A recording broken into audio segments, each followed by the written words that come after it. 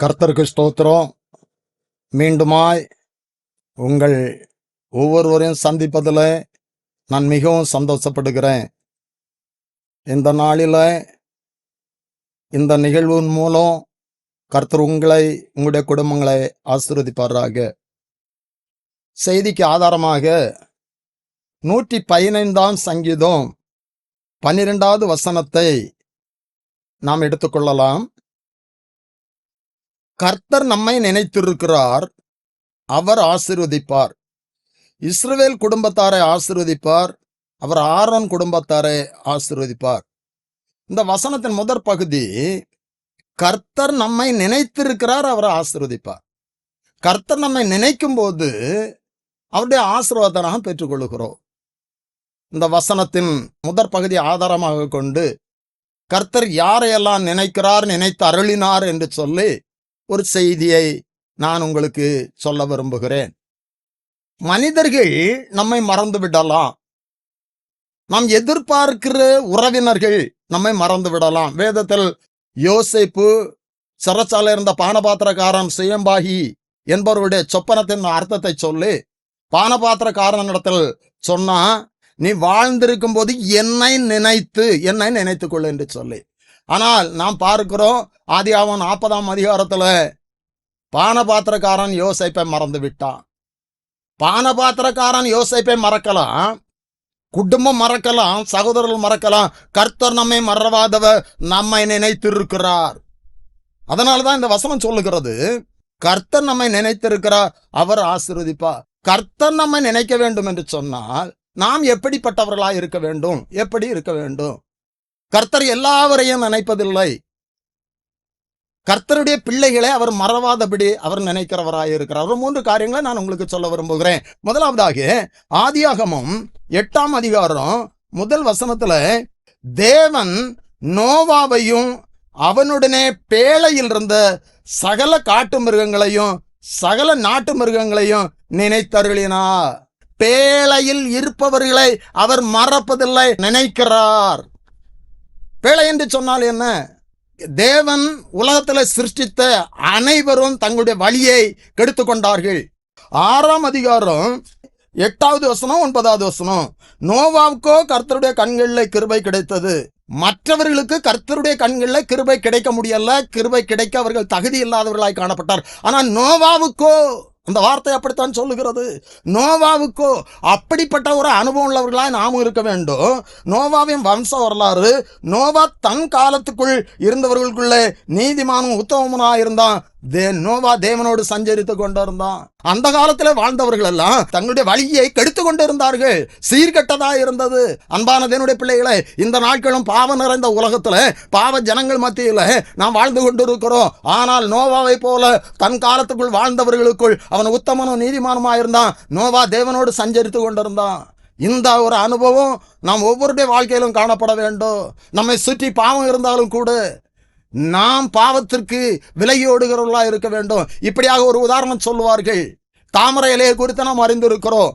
தாமரை இலை குளத்தில் கிடக்கிறது, அது தண்ணீருக்குள் கிடக்கிறது. ஆனால் தாமரை இலையில் தண்ணீர் ஒட்டாது என்று சொல்வார்கள். அப்படியாக பாவம் நிறைந்த உலகத்தில் நாம் வைக்கப்பட்டிருந்தாலும் வாழ்ந்தாலும் பாவம் நம்மை மேற்கொள்ளக்கூடாது.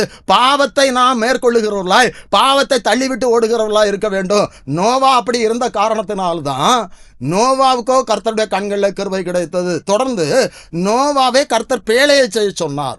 பேழைக்கு ஒரு அளவையும் சொன்னார். நோவா அப்படியே செய்தான். தேவன் தனக்கு கட்டளை இட்டபடியெல்லாம் அவன் செய்து முடித்தான் என்று சொல்லப்பட்டு இருக்கிறார். அநேக வேளைகளில, அநேக சூழ்நிலைகளில கர்த்தர் சொல்லுகிற வார்த்தை நாம் கேட்பதில்லை. நாம் சத்தியத்தை அறிந்திருந்தாலும் கூட அநேக சூழ்நிலைகளில கர்த்தருடைய வார்த்தையை மீறி நடக்கிறவர்களா இருக்கிறோம். அவர் உங்களுக்கு என்ன சொல்வாரோ அதன்படி செய்யுங்கள் என்று சொன்ன போதுதான் அற்புதம் நடந்தது. அவருடைய வார்த்தைக்கு கீழ்ப்படியும் போது கர்த்தருடைய ஆசீர்வாதத்தை நாம் பெற்றுக்கொள்வோம் என்று சொல்லி வேதத்தில் அநேக இடங்களிலே சொல்லப்பட்டு இருக்கிறது. நான் மீண்டும் உங்களுக்கு நினைவுபடுத்துகிறேன். நோவா அப்படியே செய்தான். 7ஆம் அதிகாரம் 1 வசனத்துல கர்த்தர் நோவாவை நோக்கி, நீயும் உன் வீட்டார் அனைவரும் பேழைக்குள் பிரவேசியுங்கள். இந்த சந்ததியில் உன்னை எனக்கு முன்பாய் நீதிமானாய் கண்டேன். இந்த சந்ததியில், பாவம் நிறைந்த சந்ததியில் அவருக்கு முன்பாய் நான் நீதிமானாய் காணப்பட வேண்டும். அதை புரிந்து கொள்ளுங்கள். ஆனால் முக்கியமாக நாம் அறிய வேண்டிய ஒரு காரியம், கர்த்தர் நோவாவை நோய் நீ உன் வீட்டார் அனைவரும் பேழைக்குள் பிரவேசியுங்கள். கர்த்தர் பேழைக்குள் நோவாவையும் குடும்பத்தையும் பிரவேசிக்க சொன்னார். அப்பொழுது கர்த்தர் அவனை உள்ளே விட்டு கதவை அடைத்தார். கதவை அடைத்தார். இங்கே பேழையின் கதவை அடைத்தார். தொடர்ந்துள்ள காரியம் நமக்கு தெரியும். 40 நாள் இரவும் பகலும் மழை பெய்கிறது. 150 நாள் அளவும் தண்ணீர் மிகவும் பிரவாகித்து கொண்டு இருக்கிறது. பேழை அர்ராத் மலையில ஒதுங்குகிறது என்று சொல்லி பார்க்கிறோம். இப்பொழுது பேழைக்குள் இருந்த ஆகாரம் குறைந்து இருக்கலாம். அவர்களுடைய அத்தியாவசிய தேவைகளுக்கான பொருட்கள் குறைந்து கொண்டிருக்கலாம். அப்பொழுது இது எப்படி ஆகும்? பேழையின் கதவை கர்த்தர் அடைத்தா அவர் எப்பொழுது திறப்பார் என்று சொல்லி நான் உங்களுக்கு சொல்லுகிறேன் தேவ பிள்ளைகளே, இந்த வார்த்தையை கேட்டுக்கொண்டிருக்கிற தேவ பிள்ளையே, பேழைக்குள் இருந்த நோவாவை ஒரு நாளும் தேவன் மறப்பதில்லை. பேழைக்குள் இருந்த அந்த நோவாவை கர்த்தர் நினைத்து கொண்டே இருந்தார். குறித்த நாளிலே அங்கே நம்ம 8ஆம் அதிகாரம் 1 வசனத்தில் வாசித்தோம். தேவன் நோவாவையும் அவனோடு பேழையில் இருந்த சகல காட்டு மிருகங்களையும் சகல நாட்டு மிருகங்களையும் நினைத்தருளினார். இந்த நாளிலே கர்த்தர் நம்மை நினைத்திருக்கிறார் என்கிற வார்த்தையின் மூலம் நான் உங்களோடு பேசிக்கொண்டு இருக்கிறேன். அவர் நம்மை நினைவு கூறுகிற கர்த்தர் யாரை நினைப்பார்? பேழைக்குள் இருக்கிறவர்களை நினைப்பார். மற்றவர்களை எல்லாம் நினைக்கவில்லை. மற்றவர்கள் எல்லாம் அழிக்கப்பட்டார்கள், மழையினால் அழிக்கப்பட்டார்கள். ஆனா பேழைக்குள் இருந்த அந்த நோவாவையும் நோவாவுடைய குடும்பத்தையும் மிருகங்களையும் கூட நினைத்தருளினார். காற்றை வீச பண்ணினார். தண்ணீர் வற்றியது. பேழைக்குள் இருந்து அவர்கள் வெளியே வந்து கர்த்தருக்கு பலிபீடம் கட்டினார்கள். தொடர்ந்து நாம் பார்க்கிறோம், நோவாவை நோவாவுடைய குமாரரையும் அந்த குடும்பத்தையும் ஆசீர்வதித்தார். அப்படி என்று சொன்னார். நான் இதன் மூலம் உங்களுக்கு சொல்லுகிற செய்தி, இந்த வார்த்தையை கேட்டுக்கொண்டிருக்கிற தேவ பிள்ளைகளே, பேழைக்குள் நாம் இருக்கிற அனுபவத்தில் காணப்படுவோம் என்று சொன்னார். நிச்சயமாகவே அவர் நம்மை நினைத்தருள்வார். அப்படி என்று சொன்னால் பேழை எதை காட்டுகிறது? பேழை சபைக்கு அடையாளமாக இருக்கிறது. இந்த நாட்களில சரியான ஒரு சபையில நீங்கள் அங்கமாகி ஆராதிப்பீர்கள் என்று சொன்னார், எந்த சூழ்நிலையிலும் மழை வரலாம், புயல் வரலாம், பிரச்சனைகள் வரலாம், அவர் நம்மை நினைத்தருள்வார். காற்றை வீச பண்ணி நமக்கு விடுதலை தருவார். நிச்சயமாகவே முதலாவது நான் உங்களுக்கு சொல்லுகிறேன், பேழைக்குள் இருப்பவர்களை அவர் நினைக்கிறார். அதனாலதான் இயேசு கிறிஸ்து மத்தேயு 24ஆம் அதிகாரம் 37வது வசனத்துல எப்படியாக சொன்னார்? நோவாவின் காலத்தில் எப்படி நடந்ததோ அப்படியே மனுஷகுமாரன் வரும் காலத்தில் நடக்கும். நோவாவின் காலத்தில் எப்படி நடந்ததோ அப்படியே மனுஷகுமாரன் வரும் நாட்களிலும் காலத்திலும் நடக்கும். இந்த நாட்கள் அப்படிதான் நடக்கிறது. எங்கு பார்த்தாலும் பாவம், கிறிஸ்தவர்கள் மத்தியிலும் பாவம். கிறிஸ்துவை அறிந்தவர்கள் கூட வசனத்திற்கு பயப்படாதபடி, வசனத்திற்கு நடங்காதபடி இஷ்டத்துக்கு வாழுகிறார்கள். வேதனையான ஒரு காரியம். இதை கேட்டுக்கொண்டிருக்கிற தேவ பிள்ளைகளை, அவர் நம்மை நினைக்க வேண்டும் என்று சொன்னார். நம்முடைய வாழ்க்கையில் அவர் ஆசீர்வாதத்தை கட்டளையிட வேண்டும் என்று சொன்னார். பேழைக்குள் இருக்கிற அனுபவம், சரியான ஒரு சபையில சரியான சத்தியத்தில் நாம் வழிநடத்தப்படுவோம் என்று சொன்னார். எந்த சூழலிலும் மறவாத கருத்து நம்மை நினைத்தருள்வா. சபை என்பது அப்போஸ்தலர் 20ஆம் அதிகாரம் 28ஆம் வசனத்துல நாம் பார்க்கும் பொழுது, தேவன் தன் சுய இரத்தத்தினால் சம்பாதிக்கப்பட்ட சபை அப்படி என்று சொல்லப்பட்டு இருக்கிறது. சபையின் உபதேசத்தை குறித்து அறிந்திருக்கிறோம்.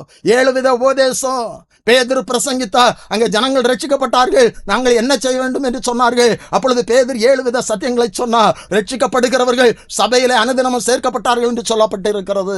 அப்படி என்று சொன்னால் சபை என்ன என்பதை புரிந்து கொள்ளுங்கள். பேழையின் அனுபவம் சபைக்கு அது ஒத்திருக்கிறது. இந்த நாட்களில் சரியான ஒரு சபையில இருப்போம் என்று சொன்னார் கர்த்தர் நம்மை நினைத்தருள்வா, நம்முடைய குடும்பத்தை நினைத்தருள்வா. இந்த 115ஆம் சங்கீதத்துல தொடர்ந்து நாம படிக்கும் போது, கர்த்தர் உங்களையும் உங்கள் பிள்ளைகளையும் வர்த்திக்க பண்ணுவார் அப்படி என்று சொல்லப்பட்டு இருக்கிறது. நம்ம நினைக்கும் போது அவர் நம்மையும் நம்முடைய பிள்ளைகளையும் வர்த்திக்க பண்ணுவார், ஆசீர்வதிப்பார். அப்படி என்று சொன்னால் முதலாவதாக நான் உங்களுக்கு சொல்லுகிறேன், அவர் நம்ம நினைத்தருள வேண்டும் என்று சொன்னார் பேழைக்குள் இருந்தவர்களை அவர் நினைத்தருளினார். நாம் பேழைக்குள் இருக்கிற ஒரு அனுபவத்தில் காணப்படுவோம் என்று சொன்னார் நிச்சயமாய் நாம் நினைத்தருளப்படுவோம், நாம் ஆசீர்வதிக்கப்படுவோம். இரண்டாவதாக ஆதியாகமம் 30ஆம் அதிகாரம் 22வது வசனம், தேவன் ராகேலை நினைத்தருளினார். அவளுக்கு தேவன் செவி கொடுத்து அவள் கற்பந்தரிக்கும்படி செய்தார். ராகேலை குறித்து நாம் நன்றாக அறிந்திருக்கிறோம். லேயாள் ராகேல் சகோதரிகள். இப்போ லேயாள் அற்பமாய் எண்ணப்பட்டாள் என்று சொல்லி பார்க்கிறோம். அதனால அவளுடைய சிறுமையை பார்த்து அவள் கற்பந்தரிக்கும்படியாக செய்தாள். இப்போ ராகேலுக்கு குழந்தை இல்லை. 30ஆம் அதிகாரம் முதல் வசனம் இப்படியா சொல்லுகிறது, ராகேல் தான் யாக்கோபுக்கு பிள்ளை பெறாதை கண்டு தன் சகோதரியின் மேல் பொறாமை கொண்டு யாக்கோபை நோக்கி, எனக்கு பிள்ளை கூட இல்லாவிட்டாலும் நான் சாகிறேன் என்றார். இது கொஞ்சம் வித்தியாசமான காரியம். ராகேலுக்கு உள்ள குழந்தை இல்லை, லேயாளுக்கு குழந்தை இருக்குது. இப்ப சகோதரியின் மேல் பொறாமை கொண்டு, இன்றைக்கும் சமுதாயத்துல நாம் வாழ்கிற நாட்கள்ல பார்க்கிறோம், சகோதரிகள் உடன் பிறந்தவர்களுக்குள்ளே பொறாமைகள் காணப்படுகிறது, கசப்புகள் காணப்படுகிறது, பிரிவினைகள் காணப்படுகிறது. அங்கே ராகேலும் சகோதரியின் மேல் பொறாமை கொண்டு, இது சரியல்ல. அவள் சொன்ன முதல் அந்த வசனத்துல நாம் படிக்கிற அனுபவம், ராகேலுடைய வாழ்க்கையில அது சரியில்லாத ஒரு காரியம். பொறாமை கொண்டு யாக்கோபுடத்துல கேட்கிறா, எனக்கு பிள்ளை கூட இல்லைன்னா நான் சாகுறேன், நான் சாக போகிறேன். இன்றைக்கு ஒருவேளை குழந்தை பாக்கியம் தடைபடுகிற தேவ பிள்ளைகளை இந்த வார்த்தையை கேட்டுக்கொண்டு இருக்கிற உங்களுடைய வாழ்க்கையில ஒருவேளை குழந்தை பாக்கியம் தடைபட்டு கொண்டு இருக்கலாம். ஆனால் நான் ஒன்றே உங்களுக்கு சொல்லுகிறேன், கர்ப்பத்தின் கனி கர்த்தரால் கிடைக்கும் பலன். பிள்ளைகள் அவரால் வரும் சுதந்திரம். ஒரு ட்ரீட்மெண்டால அல்ல. ட்ரீட்மெண்ட் எடுக்கிறது தவறல்ல, ஆனால் ட்ரீட்மெண்ட் எடுத்தாலும் கூட கர்த்தர் தான் கிரியை செய்ய வேண்டும். அது அவருடைய பலம். இதை இந்த வார்த்தையை கேட்டுக்கொண்டிருக்கிற பல ஆண்டுகளாக குழந்தை பாக்கியம் தடைப்பட்டு கொண்டிருக்கிற சகோதரி, உங்களுடைய வாழ்க்கையில இன்றைக்கு கர்த்தர் அற்புதம் செய்ய போகிறார்.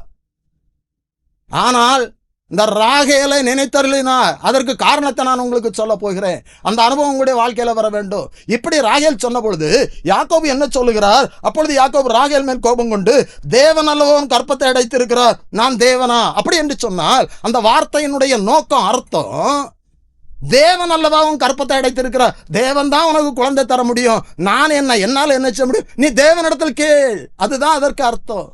தொடர்ந்து சில காரியங்கள் நடக்கிறது. தேவன் ராகேலை நினைத்தருளினார். அடுத்த வார்த்தை சொல்லுகிறது அந்த வசனத்திலே, அடுத்த வார்த்தை ரொம்ப முக்கியமான வார்த்தை, அவளுக்கு தேவன் செவி கொடுத்து. அப்படி என்று சொன்னா ராகேல் தேவனை நோக்கி கூப்பிட்டாள். முதலாவது கணவனை நோக்கி கூப்பிட்டார். நான் மீண்டும் சொல்லுகிறேன் தேவ பிள்ளைகளே, இந்த வார்த்தையை கேட்டுக்கொண்டு இருக்கிற தேவ பிள்ளைகளே, குழந்தை பாக்கியம் மட்டுமல்ல, ஏதாவது ஆசீர்வாதம் உங்களுக்கு தடைப்பட்டு இருக்கும் என்று சொன்னார். இன்றைக்கு ஒரு மனிதன் இடத்தில் கேட்பதல்ல, பிள்ளைகள் தகப்பனிடத்தில் கேட்கிறதல்ல, கேட்பதற்கு உரிமை இருக்கிறது. ஆனால் நாங்கள் பெற்றோர், நான் ஒரு பெற்றோர் ஸ்தானத்தில் இருக்கிற காரணத்தினால் சொல்லுகிறேன், பெற்றோர் பிள்ளைகளுக்கு கடமைகளைத்தான் செய்ய முடியும். ஆனால் பிள்ளைகளை ஆசீர்வதிக்கிறது கர்த்தர். பிள்ளைகள் தகப்பனிடத்துல கேட்கலாம், ஆனா நம்முடைய பரம தகப்பன், நம்முடைய தேவனிடத்துல கேட்டு பெற்றுக்கொள்ள வேண்டும். அது உலக பிரகாரமான ஆசீர்வாதமா இருந்தாலும் சரி, ஆவிக்குரிய ஆசீர்வாதமா இருந்தாலும் சரி. இன்றைக்கு படிப்பதற்கு அநேக பிள்ளைகள் மிகவும் கஷ்டப்படுகிறார்கள். பிள்ளைகளுக்கு கர்த்தர் ஞானத்தை கொடுக்கிறவராய் இருக்கிறார். பிள்ளைகள் கர்த்தரிடத்தில் ஞானத்தை கேட்டு பெற்றுக்கொள்ள வேண்டும். இங்கே ராகேல் தேவனை நோக்கி கூப்பிடுகிறார். அதனால் தான் சொல்லப்பட்டு இருக்கிறது, அவளுக்கு தேவன் செவி கொடுத்து. முதலாவது சகோதரின் மேல பொறாமை கொண்டு யாக்கோபை நோக்கி கூப்பிட்டார், இப்பொழுது தேவனை நோக்கி கூப்பிட்டார். அப்படி என்று சொன்னால் நான் சொல்ல வருகிற காரியம், முதலாவது பேழைக்குள் இருந்தவர்களை நினைத்தரலாம், இரண்டாவது அவரை நோக்கி கூப்பிடுகிற ஜெபிக்கிற ஒவ்வொருவரையும் அவர் நினைத்தருளுவா. அன்பான தேவனுடைய பிள்ளைகளே, நம்முடைய வாழ்க்கையில எப்படிப்பட்டதான பிரச்சனை இருந்தாலும் சரி, நான் டிவி செய்தியில அநேக நேரங்கள்ல சொல்லுகிறது, நீங்கள் ஜெப நேரத்தை அதிகப்படுத்தணும், அதிகமாக ஜெபிக்கணும். அதிகாலையில் என்னை நோக்கி கூப்பிடுகிறவன் என்னை கண்டடைவான் என்று சொல்லுகிறார். என்னை நோக்கி கூப்பிடு, நான் உனக்கு உத்தரவு கொடுத்து நீ அறியாதவனுக்கு எட்டாமான பெரிய காரியங்களை அறிவிப்பேன் என்று சொன்னார். இங்க ராகேலுடைய வாழ்க்கையில அவளுக்கு தேவன் செவி கொடுத்து, அப்படி என்று சொன்னா கர்த்தர் நோக்கி கூப்பிட்டாள். கர்த்தர்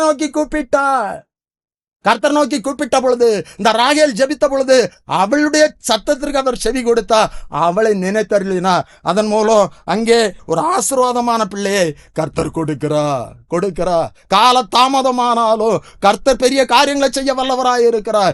ராகேலுடைய வாழ்க்கையில குழந்தை பாக்கியத்திற்கு கால தாமதமானது, ஆனால் மிகவும் ஆசீர்வதிக்கப்பட்ட ஒரு பெரிதான ஒரு ஆசீர்வாதத்திற்குரிய மகன் யோசேப்பை கர்த்தர் ராகேலுக்கு கொடுத்தார். ராகேலை நினைத்தருள்வதற்கு காரணம் என்ன? அதுதான் செய்தி. அவளுக்கு செவி கொடுத்து, அப்படி என்று சொன்னார் அவரை நோக்கி கூப்பிட்டா, கணவனை நோக்கி கூப்பிட்டாள். முதலாவது தேவன் அல்லவா உன் கற்பத்தை அடைத்திருக்கிறார். யாக்கோபு தெளிவாய் ஒரு காரியத்தை சொன்னா, அவள் கூப்பிட்டாள். கர்த்தர் நோக்கி கூப்பிடும் போது நினைத்தருளுகிறா, அவர் நிச்சயமா நம்மை ஆசீர்வதிப்பா. ஒரு காரியத்தை கூட நான் உங்களுக்கு சொல்ல விரும்புகிறேன். அன்னாளை குறித்து நாம் நன்றாய் அறிந்திருக்கிறோம், பல செய்திகளில் தியானித்திருக்கிறோம்.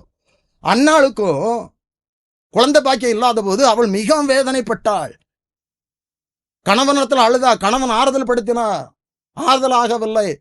அவள் ஆலயத்திலே, சீலோவிலே ஆலயத்திலே கடந்து சென்று அவள் மனங்கசந்து அழுது தன்னை ஒப்பு கொடுத்து பொருத்தனை பண்ணி இருதயத்தை ஊற்றி ஜெபித்தாள் என்று சொல்லி நாம் பார்க்கிறோம். 1 சாமுவேல் 1ஆம் அதிகாரம் 19வது வசனத்துல பிற்பகுதி இப்படியா சொல்லுகிறது.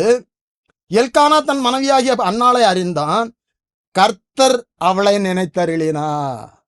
கர்த்தர் அவளை நினைத்தருளினார்.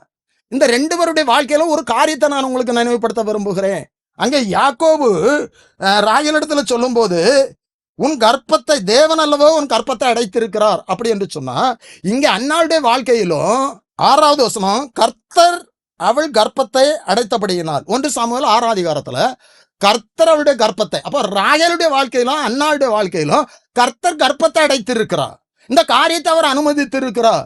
ஒருவேளை இந்த வார்த்தை கேட்டுக்கொண்டிருக்கிற தேவ பிள்ளைகளே, உங்களுடைய வாழ்க்கையிலும் குழந்தை பாக்கியங்கள் தடைப்படலாம், அது பல ஆண்டுகளா இருக்கலாம். ஒருவேளை கர்த்தர் இந்த காரியத்தை அனுமதித்திருக்கலாம். இன்றைக்கு நான் உங்களுக்கு சொல்லுகிறேன், ராகேல் கர்த்தர் நோக்கி கூப்பிட்ட பொழுது செவி கொடுத்து ராகேலை நினைத்தருளினா, இங்கே அன்னாள் தேவ சமூகத்துல போய் மனங்கசந்து அழுது பொருத்தனை பண்ணி ஜெபித்த பொழுது இங்கே அன்னாளை நினைத்தருளினா. 2 பேருடைய வாழ்க்கையிலும் பெரிதான ஆசீர்வாதத்திற்குரிய பிள்ளைகளை கர்த்தர் கொடுத்தார். கால தாமதம் ஆவதனால் நீங்கள் சோர்ந்து போக வேண்டாம், நீங்கள் கலங்க வேண்டாம். உங்களை குறித்து ஒரு நோக்கம் இருக்கிறது. கர்த்தர் உங்களை நினைத்திருக்கிறார். அவர் நம்மை மறவாதவர். ஆனால் அவர் நினைக்க வேண்டும் என்று சொன்னார். ராகேல் கர்த்தர் நோக்கி கூப்பிட்டா, அன்னாள் கர்த்தர் நோக்கி கூப்பிட்டார். இன்றைக்கு குழந்தை பாக்கியத்திற்காக அநேக காரியங்களை செய்கிறார்கள், எங்கெங்கெல்லாமோ ஓடுகிறார்கள். நான் உங்களுக்கு சொல்லுகிறேன், கர்த்தருடைய வார்த்தை சொல்லுகிறேன், ராகேலை நினைத்தருளிய கர்த்தர், அன்னாளை நினைத்தருளிய கர்த்தர் உங்களையும் மறவாதபடி அவர் உங்களை நினைத்திருக்கிறார். இந்த நாளிலே ராகேலை போல அன்னாளை போல நீங்கள் ஜெபிப்பீர்கள் என்று சொன்னால் கர்த்தருடைய அற்புதத்தை நீங்கள் காண்பீர்கள். யோசேப்பை நீங்கள் பெற்றுக்கொள்வீர்கள், சாமுவேலை பெற்றுக்கொள்வீர்கள்.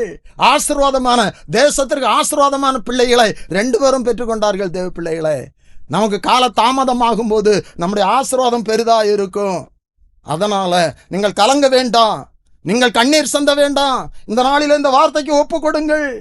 நீங்கள் ஒப்பு கொடுக்கும் போது உங்களுடைய வாழ்க்கையில கர்த்தர் நிச்சயமாய் பெரிய காரியங்களை செய்வார். உங்களுடைய துக்கம் சந்தோஷமாய் மாறும்.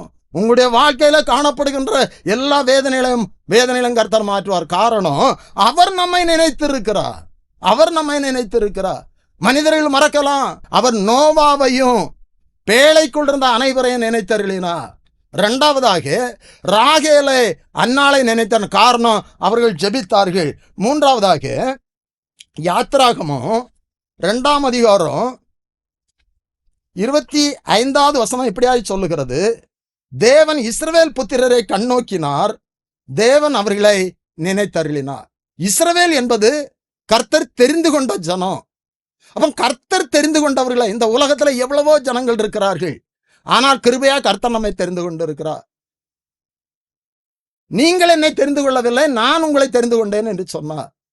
அவர் ஊரில் ஒருவனும் வம்சத்துக்கு 2 பேருமாய் தெரிந்தெடுத்து சீயோனுக்கு வழி நடத்துகிற கருத்தை அவர் நம்மை தெரிந்து கொண்டிருக்கிறார். அப்ப இஸ்ரவேல் ஜனங்கள் தெரிந்து கொள்ளப்பட்ட ஜனங்கள். அப்ப தெரிந்து கொள்ளப்பட்ட ஜனங்களை அவர் நினைத்தருளுகிறார்.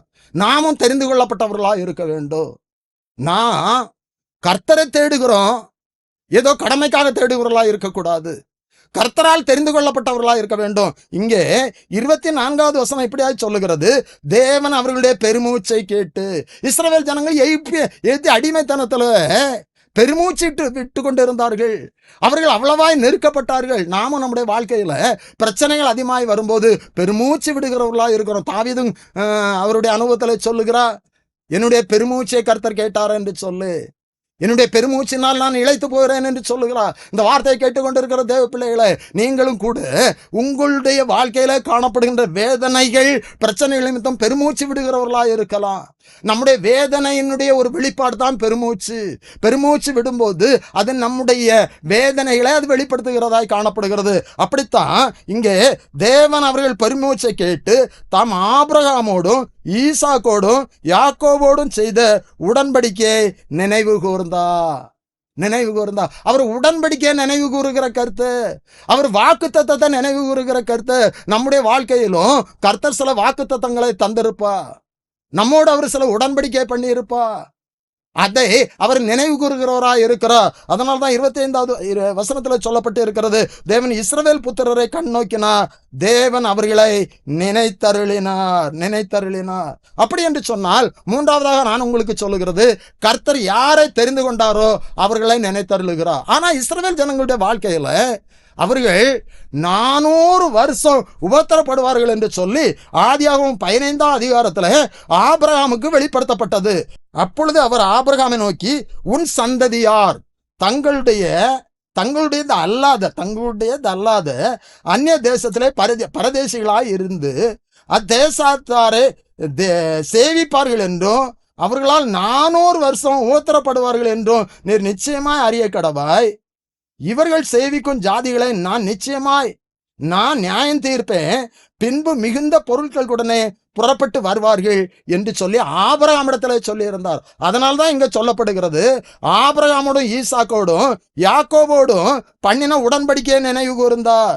தேவன் இஸ்ரவேல் புத்திரரை கண்ணோக்கினார், தேவன் அவர்களை நினைத்தருளினார். அப்படி என்று சொன்னால் நான் மூன்றாவதாக உங்களுக்கு சொல்லுகிற காரியம், அன்பான தேவனுடைய பிள்ளைகளை நாம் தெரிந்து கொள்ளப்பட்டவர்களாக இருப்போம் என்று சொன்னால் நம்முடைய வாழ்க்கையில எப்படிப்பட்ட பிரச்சனைகள் கடந்து வந்தாலும் கூட அது குறித்த காலம்தான், அது குறிப்பிட்ட நாட்கள் தான் இருக்கும். கர்த்தர் குறித்த நாளில நம்ம நினைத்தருள்வா. அங்கே 3ஆம் அதிகாரத்தை கூட நாம் தியானித்தோம். மோசையோடு பேசி மோசையை எகிப்துக்கு அனுப்பி இஸ்ரவேல் ஜனங்களை மீட்டு வனாந்தரத்தில் குறித்த இடத்துல ஆராதிக்க கொண்டு வந்தா, கானான் தேசத்தை வாக்கு பண்ணினா, அவர் இஸ்ரவேல் ஜனத்தை ஆசீர்வித்தார் என்று சொல்லி பார்க்கிறோம். அப்படி என்று சொன்னால் நம்முடைய வாழ்க்கையில நம்மை கர்த்தர் நினைத்தரல வேண்டும் என்று சொன்னால் அவர் தெரிந்து கொள்ளப்பட்டவர்களாய் நாம் இருக்க வேண்டும். 136ஆம் சங்கீதம் 23வது வசனம், நம்முடைய தாழ்வில் நம்மை நினைத்தவரை துதியுங்கள், அவர் கிருபை என்றும் உள்ளது. நாம் தாழ்ந்திருக்கும் போது என்னுடைய வாழ்க்கையிலும் கூட நான் ஒவ்வொரு செய்திகளிலும் என்னுடைய அனுபவத்தை நான் சொல்லுகிறது உண்டு. நான் ஒரு நாள் வாழ்ந்திருந்தேன், அப்பொழுது என்னிடத்தில் அநேக பேர் கடந்து வந்தார்கள், அநேக பேர் என்னை நேசித்தார்கள். ஆனால் நான் ஒரு சூழ்நிலையில தாழ்ந்து போனேன், மிகவும் நெருக்கப்பட்டேன், என்னுடைய வாழ்க்கை கேள்விக்குறியானது. அந்த சூழ்நிலையில தான் கர்த்தர் என்னோடு பேசி ஊழியத்துக்கு அழைத்தார். அந்த நேரத்துல மனிதர்கள் மறந்து விட்டார்கள், மனிதர்கள் எல்லாம் தூரம் போய் விட்டார்கள். ஆனா என்னுடைய தாழ்வில, என்னுடைய நெருக்கத்துல கர்த்தர் என்னை மறவாதபடி நினைத்தருளினா. அன்பான தேவனுடைய பிள்ளைகளே, இந்த வார்த்தையை கேட்டுக்கொண்டிருக்கிற தேவச்சனமே, நான் உங்களுக்கு சொல்லுகிறேன், இதன் மூலம் நீங்கள் அறிய வேண்டிய செய்தி, உங்களுடைய வாழ்க்கையில நெருக்கங்கள் வரும்போது, உங்களுடைய வாழ்க்கையில தாழ்வு வரும்போது மனிதர்கள் மறந்து விடலாம். ஆனால் வசனம் சொல்லுகிறது, தாழ்வில் நினைத்தவரை துதியுங்கள். அப்படித்தான் இஸ்ரவேல் ஜனங்கள் எகிப்திய அடிமைத்தனத்துல மிகவும் நெருக்கப்பட்டார்கள், மிகவும் அவர்கள் வேதனைப்பட்டார்கள். அவருடைய பெருமூச்சு தேவ சமூகத்தில் எட்டினது. அவருடைய பெருமூச்சை கர்த்தர் கேட்டு ஆபிரகாமோடு ஈசாக்கோடு யாக்கோபோடு செய்த அந்த உடன்படிக்கையை நினைத்தரலாம், இஸ்ரவேல் ஜனங்களை நினைத்தருளினார் என்று சொல்லப்பட்டு இருக்கிறது. அவர் இஸ்ரவேல் ஜனங்களை மறவாதவர். ஏசாயா தீர்க்கதரிசன புத்தகத்துல அநேக இடங்களில நாம் படிக்கிறோம், இஸ்ரவேலே நான் உன்னை மறப்பதில்லை. நம்முடைய தேவன் நம்மை மறவாதவர். என்னுடைய ஜெபத்தை கர்த்தர் கேட்கவில்லையோ, என்னை மறந்து விட்டாரோ என்று சொல்லி இன்றைக்கு நான் உங்களுக்கு சொல்லுகிறேன், கர்த்தருடைய வார்த்தை சொல்லுகிறேன், கர்த்தருடைய நாமத்திலே சொல்லுகிறேன், அவர் நம்மை மறவாதவர், அவர் நம்மை நினைத்திருக்கிறார். மூன்றாவதாக நான் உங்களுக்கு சொல்லிக் கொண்டு இருக்கிறேன், அவர் இஸ்ரவேல் ஜனங்களை நினைத்தருளினார். அன்பான தேவனுடைய பிள்ளைகளை, நாம் இஸ்ரவேலராய் தெரிந்து கொள்ளப்பட்டு இருக்கிறோம். புதிய ஏற்பாட்டின் இஸ்ரவேலர்களாய் நாம் காணப்படுகிறோம். நம்முடைய வாழ்க்கையில பிரச்சனைகள் நெருக்கங்கள் வரும்போது அவர் நம்மை நினைத்தருளுகிற கர்த்தராய் இருக்கிறார். நான் யோசேப்பை குறித்து கூட சொன்னேன், ஒரு முறை கூட நினைவுபடுத்துகிறேன். அவன் பானபாத்திர காரணத்துல சொன்னான். ஆதியாக 40ஆம் அதிகாரம் 14வது வசனத்துல இதுதான் அதன் அர்த்தம் என்று சொன்னதுமன்றி, வாழ்ந்திருக்கும் போது என்னை நினைத்து என் மேல் தயவு வைத்து என் காரியத்தை பார்வோனுக்கு அறிவித்து இந்த இடத்திலிருந்து என்னை விடுதலையாக்க வேண்டும் என்று சொல்லி இந்த பானபாத்திர காரணத்துல யோசேப்பு சொன்னான். கடைசி வசனம் சொல்லுகிறது, ஆனாலும் பானபாத்திரக்காரன் தலைவன் யோசேப்பை நினையாமல் அவனை மறந்து விட்டான். பானபாத்திரக்காரன் மறந்து விட்டான், ஆனால் கர்த்தர் மறக்கவில்லை. அதை உங்களுக்கு நினைவுபடுத்துகிற தேவ பிள்ளைகளே, இன்றைக்கு நீங்களும் சில பேரை நினைத்திருக்கலாம், அவர்கள் எனக்கு உதவி செய்வார்கள், அவர்கள் என்னை மறக்க மாட்டார்கள் என்று சொல்லி நான் நினைத்திருப்பவர்கள். யோசேப்பு நினைத்த அந்த பானபாத்திரக்காரன் யோசேப்பை மறந்து விட்டான். ஆனால் கர்த்தர் மறக்கவில்லை. ஏற்ற வேளையில கிரியை செய்தா, அவனுடைய தாழ்மையில, அவனுடைய நெருக்கத்துல அவனை நினைத்தருளினா. அன்பான தேவனுடைய பிள்ளைகளே, மீண்டும் நான் உங்களுக்கு சொல்லுகிறேன், அவர் நம்ம நினைத்தருளுகிற கருத்து, அவர் நம்மை நினைத்தருளுகிற கருத்து. அவரால் தெரிந்து கொள்ளப்பட்ட நம்முடைய வாழ்க்கையில எவ்வளவுதான் பிரச்சனைகள் கடந்து வந்தாலும், ஒருவேளை நாமும் கூட நினைக்க வேண்டிய ஒரு சூழ்நிலை, கர்த்தர் என்னை மறந்து விட்டாரோ என்று சொல்லி நினைக்க வேண்டிய ஒரு சூழ்நிலை, நினைக்கிற ஒரு சூழ்நிலை கடந்து வரலாம். நான் நிச்சயமாய் சொல்லுகிறேன், கர்த்தர் நம்மை மறவாதவர், அவர் நம்மை நினைத்திருக்கிறார். இங்கே இஸ்ரவேல் ஜனங்களை அவர் நினைத்தருளினார் என்று சொல்லி பார்க்கிறோம். குறித்த நாள்ல மோசே அனுப்பி மீட்டெடுத்து அவர் சொன்னபடியே அந்த எகிப்திய ஜனங்களை கொள்ளையிட்டு இந்த எகிப்திலிருந்து வெளியே வந்தார்கள். 3 காரியங்களை நான் உங்களுக்கு சொன்னேன். அந்த வசனத்தை மீண்டும் உங்களுக்கு நினைவுபடுத்த விரும்புகிறேன். கர்த்தர் நம்மை நினைத்திருக்கிறார். கர்த்தர் நம்மை இந்த வார்த்தையை உங்களுடைய உள்ளத்திலே பதித்துக் கொள்ளுங்கள். கர்த்தர் நம்மை நினைத்திருக்கிறார். அவர் ஆசீர்வதிப்பார், அவர் ஆசீர்வதிப்பார். இஸ்ரவேல் குடும்பத்தாரை ஆசீர்வதிப்பார். அவர் ஆரோன் குடும்பத்தாரை ஆசீர்வதிப்பார். கர்த்தருக்கு பயப்படுகிற பெரியோரும் சிறியோரும் ஆசீர்வதிப்பார். கர்த்தர் உங்களையும் உங்களுடைய பிள்ளைகளையும் வர்த்திக்க பண்ணுவார். 3 பேரை நான் உங்களுக்கு நினைவுபடுத்தினேன். பேழை கொண்டிருந்த நோவாவை நினைத்தருளினார். காற்றை வீச செய்தா. பேழை கொண்டிருந்து நோவாவும் அவனுடைய குடும்பமும் வெளியே வந்து தொடர்ந்து அவர்களை ஆசீர்வதித்தார். அப்படி என்று சொன்னால் பேழையின் அனுபவம், நான் சரியான ஒரு சபையில இருப்போம் என்று சொன்னால் கர்த்தர் நம்ம நினைத்தருள்வார். 2வதாக ராகேலையும் அன்னாளையும் உங்களுக்கு நினைவுபடுத்தினேன். ராகேலை கர்த்தர் நினைத்தருளினா, அவளுக்கு செவி கொடுத்தா. அப்படி என்று சொன்னா அவள் கர்த்தர் நோக்கி கூப்பிட்டா. முதலாவது கணவனை நோக்கி கூப்பிட்டா. நான் சில காரியங்களுக்காக, தேவைகளுக்காக மனுஷனை நோக்கி கூப்பிடலாம். நான் உங்களுக்கு சொல்லுகிறேன், எந்த காரியத்திலும் கர்த்தர் நோக்கி கூப்பிடுங்க. அவர் ஜெபத்தை கேட்கிற தேவன். அப்படியே அன்னாலும் கர்த்தர் நோக்கி கூப்பிட்டாள். 2 பேரையும் கர்த்தர் நினைத்தருளினா. அற்புதம் செய்தா. யோசேப்பு, சாமுவேல், இஸ்ரவேல் ஜனங்களுக்கு ஆசீர்வாதமான பிள்ளைகள். மிகவும் ஆச்சரியமான காரியம். கால தாமதமாகும் போது ஆசீர்வாதம் பெரிதாக இருக்கும். 3வதாக இஸ்ரவேல் ஜனங்கள் தெரிந்து கொள்ளப்பட்டவர்கள், நாமும் தெரிந்து கொள்ளப்பட்டவர்களாக இருப்போம் என்று சொன்னார். எந்த சூழ்நிலையும் நம்மை மறவாதபடி நம்மை நினைத்தருள்வார், ஆசீர்வதிப்பார். நான் ஜெபிக்கலாம். இஸ்ரவேலே, நீ என்னால் மறக்கப்படுவதில்லை என்று சொன்ன எங்கள் பரிசுத்த பரலோகத்தின் பிதாவே, ஆசீர்வாதமான இந்த இரவு வேளைக்காக உமக்கு ஸ்தோத்திரம் செலுத்துகின்றோம் அப்பா. இந்த வேளையிலும் உம்முடைய வார்த்தை தியானிக்கத்தக்கதாக எங்களுக்கு நீர் கிருபை செய்தீர், உதவி செய்தீர். நன்றி. இந்த வார்த்தையை கேட்ட ஒவ்வொருவருக்காக நம்முடைய சமுதிர கெஞ்சி ஜெபிக்கிறேன் அப்பா. அநேக பிறந்த நாட்களில அநேக நெருக்கங்கள், சோதனைகள் வரும்போது கர்த்தர் என்னை மறந்து விட்டாரோ என்று சொல்லி நினைக்கிற சூழ்நிலையில காணப்படுகிறார்கள் அப்பா. கர்த்தாவே, நீர் எங்களை மறவாதவர்.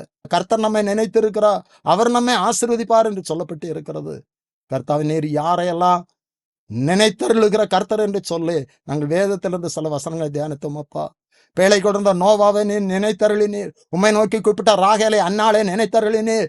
நீ உம்மால் தெரிந்து கொள்ளப்பட்ட இஸ்ரவேல் ஜனங்களை நினைத்தருளினீர். அப்படியே நாங்கள் பேழைக்குள்ளி இருக்கிற சரியான ஒரு சபையில இருந்து உம்மை ஆராதிக்கிற கர்த்தாவே, ஜனங்களாய் காணப்பட எங்களுக்கு நீர் கிருபை தாரும் அப்பா.